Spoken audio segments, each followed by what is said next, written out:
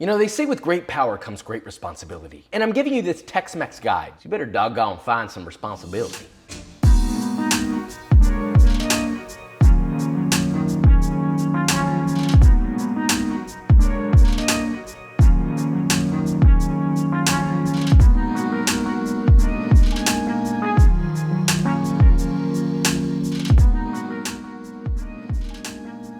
Okay, so we're finally making enchiladas, brother. Please understand that these are not ultra traditional. They are Tex Mex. I've said it several times. I know a lot of people are gonna get mad. There's a lot of people that are protective over their cuisine. Totally get it. Tex Mex. So this recipe kind of makes me think of like the Wild West. Cows being roped, standoffs, big burly dudes with cowboy boots. I'll stop doing that now. Who knows, maybe I'll be that man for you.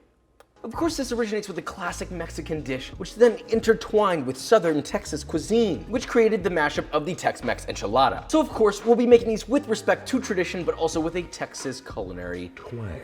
A beautiful cultural blend that combines both Tex and Mex. But you wanna know what's better than combining two amazing things? You guessed it, bundling your home and car insurance. So that's where today's episode sponsor, Geico, comes in. Combining your home and car insurance could save you even more. So for bundling made easy, visit geico.com today and head to the link in the description to see how much you could save. So with all that said, let's make this, shall we?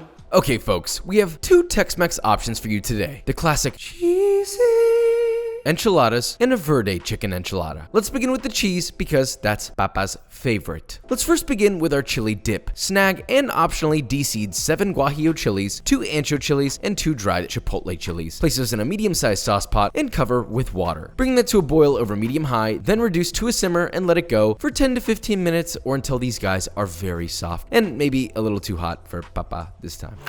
They should tear easily though. Fish those out with a spider and place those into a blender along with 3 cloves of garlic, which I rough chopped for some reason, completely unnecessary. Begin blending that on high speed and add your cooking liquid about a 1/4 cup at a time until it's very smooth and reaches a consistency something like this right here. From there, grab yourself 12 corn tortillas, give one a dunk in your chili sauce on both sides to coat lightly and place on a plate, then simply repeat that process with each tortilla, stacking the tortillas on top of each other to create a nice little tower. Sort of a spicy except it's not really that spicy. Now just let those sit for about 25 minutes at room temp. While you're waiting, let's make our Tex-Mex chili gravy. Technically not traditional, but it's traditional in the world of, well, Tex-Mex enchiladas. Like I said, a mix of tradition, but all right, we'll just leave it at that actually. Start by blending 1 sweet onion with 7 cloves of garlic until you get a smooth paste. Add that to a small saucepan, bring that up over medium heat, then once it begins to simmer, lower the heat to low and let that simmer for 30 minutes or until thickened. Next, cut up 3 slices of bacon into 1/2-inch lardons, toss that into a large cold pan, heat that over medium heat, then let those cook, stirring often until they start to give up their gosh darn smoky fat, and let them fry in their own fat until deeply browned and crisp. Drain those on a paper towel and let them cool slightly, then finely chop into a crumble. You'll notice I do this a lot with some sauces, and that's because Papa knows something. Anyway, to your remaining pork fat, add a 1/4 cup or 60 milliliters of vegetable oil, heat that over medium heat until shimmering, then sprinkle in 1/2 cup or 75 grams of all-purpose flour, whisk all that together and let your flour cook out while whisking constantly until it reaches a golden color and begins to toast lightly. From there, add 2.5 tablespoons or 8 grams of Texas-style chili powder, not just any chili powder, okay? The one with like the cumin and the stuff and all that stuff mixed in. 1 tablespoon or 5 grams of smoked paprika, 1.5 teaspoons or 3 grams of ground cumin, and 3/4 of a teaspoon or 1 gram of cayenne powder. Whisk all that together and let that cook just until fragrant, about 15 seconds. Add in your onion garlic paste, incorporate that brother, then gradually whisk in 2.5 cups or 590 milliliters of beef stock, which was heated up on the side, not mandatory, but you know, heating it up helps incorporate it easier. Continue mixing and heating, and if it's still too thick, keep adding beef stock until it reaches a consistency somewhat gravy-like. Like this, not like this. This is a little too,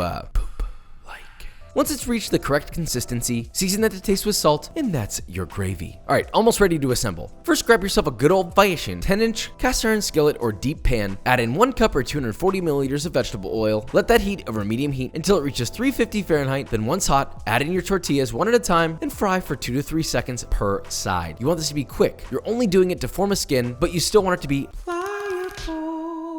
let me express something to you. This is very important. Do not skip. If you don't do this, your enchiladas will fall apart and Papa no share his enchilada with you. Once all your tortillas are fried, we're ready to assemble. Add on some shredded Oaxacan cheese, then add a layer of shredded cheddar cheese. Hey, the more the merrier. Don't be scared. Then roll that up into a tube, enclose the cheese in an envelope of chili-soaked love. Place it into a 9x13 baking dish, seam side down, and repeat with all of your stuffed tortillas, aligning your enchiladas side by side lengthwise until you fill the whole pan. Now, just give those a generous dressing with your Tex-Mex gravy, more cheddar cheese, followed by shredded Oaxaca cheese, then pop those bad boys into an oven set to 375 Fahrenheit for about 15 minutes or until the liquid is bubbling and the cheese is just melted. No color though. Then pull that out, let it cool slightly, hit it with some crumbled cotija cheese optionally, and fresh cilantro leaves. Then observe the cheese pull. Pop that onto a plate, then just dig your knife in and go into a cheesy, chili-rich corn tortilla fever dream that'll have you talking like your elders reminiscing about the past. We have Tex-Mex style cheese enchiladas. Now this is not to be confused with New Mexico style, where it's stacked, and not to be confused with the chili version, chili de arbol, blah, blah, blah, blah, blah, all those things. This is Tex-Mex. So for all the purists, there's your, okay? So you cut, you lift, you cheese pull. We're just going to the sky. How far can we go? Oh, about that far. I'm at a loss for words. It's cheesy. There's a nice chew to the cheese. It's melted, but it's not just goopy. And obviously there's a nice spice. The enchilada sauce is unctuous and rich and chili forward. The tortillas that's soaked in that original chili sauce that we and then fried, that actually comes through really nicely and it blends with the cheese. It's perfect. This is a perfect Tex-Mex style enchilada without a doubt. You can't have the cheese without the chicken verde. So we're gonna make that next. First, let's make our verde sauce. In a medium sauce pot, add 1 pound of tomatillos that have been peeled, cleaned, and halved. Cover that with water, place in the stove over medium-high, bring to a boil, then reduce to a simmer and let that cook for 5 minutes or until just soft. Now, while that's going, heat a large skillet over medium-high and add just enough oil to coat the bottom of the pan, about 2.5 tablespoons. Cut the top off of a sweet onion, then quarter it, but leave a little bit of the root on each quarter. Peel the first outer layer off, then add them to your screaming hot pan and let that sear for 1 to 2 minutes or until you get a nice roasty char. Flip and repeat on each side so they're looking gorgeous. Now, fish out all of your tomatillos, place into a bowl, cut off the roots of your onion, add that to the bowl. Well, not the root ends. Those can go, not in your mouth. Thank you. Add your onions and tomatillos to a blender along with 7 cilantro stems, 5 cloves of garlic, 3 serrano chilies with their stems removed. You better leave them seeds in there unless you're a little baby. Oh my gosh, Josh, is it too spicy for me? It's okay. Papa forgives. Anyway, blend that bad boy on high speed until completely smooth, season to taste with salt, pour it into a bowl, and that is your salsa verde. For the chicken aspect, I'll make it real easy. Season 2 pounds of boneless and skinless chicken thighs with whichever seasoning you choose. Heat up a large pan over medium-high. Fill the pan with just enough oil to coat the bottom, about 3 tablespoons. And once the oil is shimmering and hot, sear your chicken for 2 minutes per side or until a beautiful golden brown. You don't need to cook them all the way through yet. We're just getting color, but do be sure to sear in batches to avoid overcrowding. Then once your chicken is all seared, toss everything back into the pan, cover with 1.5 cups of chicken stock or beef stock, bring that to a boil, then reduce the heat to low, cover with a lid, or in this case foil because I lost the lid to this as well.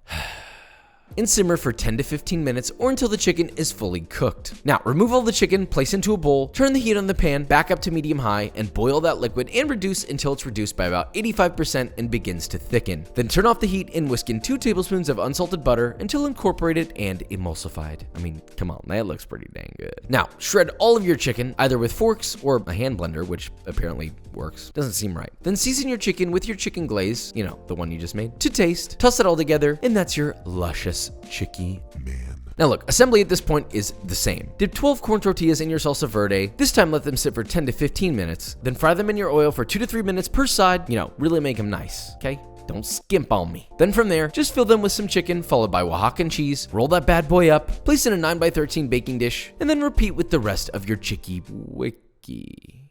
Yeah. This time, once your pan is lined up, you're going to top it with your salsa verde, as much or as little as you like, followed by some shredded Oaxaca cheese. Pop that into a 375-degree oven and let that bake for 10 to 15 minutes or until the sauce is bubbling and the cheese is just melted but not browned. From there, pull your little man out of the oven, hit it with a generous drizzle of sour cream, plenty of crumbled cotija cheese, very thinly sliced red onion, fresh cilantro leaves, and thinly sliced fresh jalapenos. I mean, look at this. This looks like a forest that I just want to dive headfirst in with my mouth agape. So this is the chicken Tex-Mex verde salsa enchilada.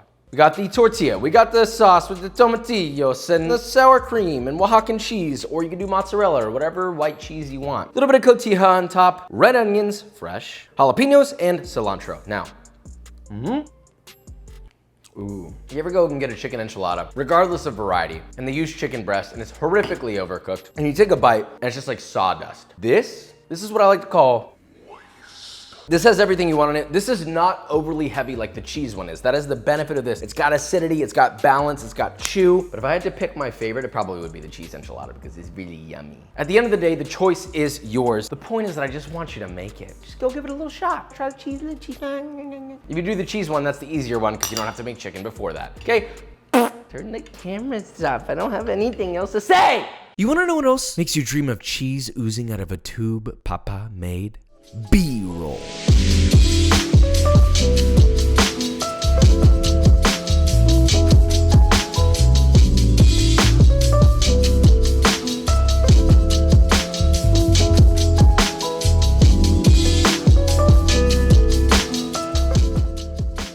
All right, guys, and that is it. So before we say anything, thank you again to Geico for sponsoring today's episode. We love you, we kiss you, bye-bye.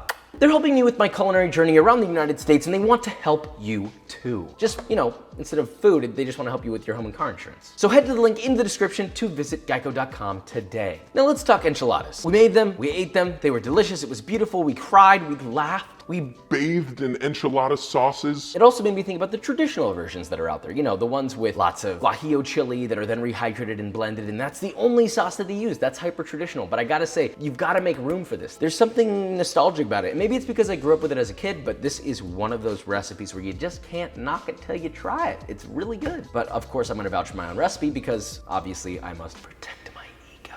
But with all that said, if you enjoyed this video or you learned something, leave a like, subscribe, and I will see you